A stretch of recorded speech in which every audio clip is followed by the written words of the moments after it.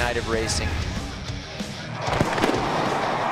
This town was abuzz. It was so excited for Monster Energy AMA Supercross to return at the SMX World Championship. As we said many times, 42 years was the gap, and the championship was set up perfectly for an epic night, and it didn't disappoint either. Sexton versus Webb, Webb versus Sexton. How was Pittsburgh going to play out?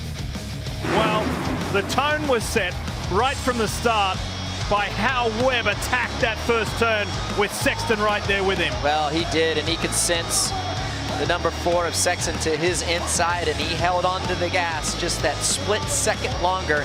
Did a late break, was able to maintain the inside line and secure that hole shot, and led wire to wire with a ton of pressure through the number 4. He pulled out a little bit, and then wasn't able to get him at the end. But this guy, I thought he was going to move up to the lead, but he lost too much track position early on in the race, and this is going to be his move by Aaron Plessinger to get to that third position. And he'd run third for a while. Yeah. Run third for a while. Nice pass by Aaron Plessinger. This rhythm lane, man, the guys that were able to drive through the jump faces really had an advantage. Like this right here, watch. Justin Cooper staying a little bit lower, then he has the advantage up the inside. Kenny really doesn't put up too much of a fight. Remember, Kenny's ankle is pretty banged up. So on them right-hand corners is where he had to be super cautious, but this was a nice save by the number 4. He spins the rear tire a little bit on the takeoff. That was a nice save. This is when he had to revert to jumping the whoops. It just wasn't as fast as he wanted it to be. He said he was using a lot of energy blitzing the whoops. They were challenging. And then Dean Wilson held him up here. And there was really nowhere for Wilson to go. And Dean didn't do anything wrong there. That's just racing, and just wrong place, wrong time for Sexton. Late in the race, there was some action between Malcolm Stewart and Ken Roxon. Check this out.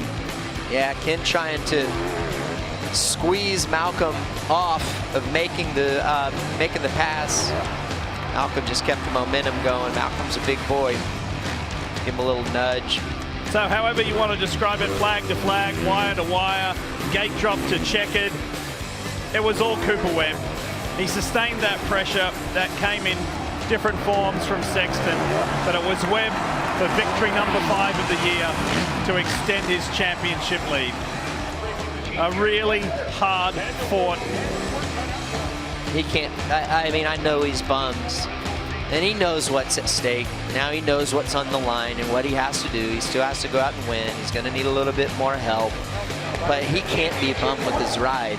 And the guy that he's racing against is a 2-time champion, Supercross champion, and they know he's his mental game's one of the best that the sport has ever seen. And when we were trackside earlier today, yeah, who was first in that first session? Cooper Webb. Yeah, that was he Cooper Webb. Set the tone of the day. So a Webb-Sexton-Cooper podium. Some good results further back with Dylan Ferrandis, another strong ride.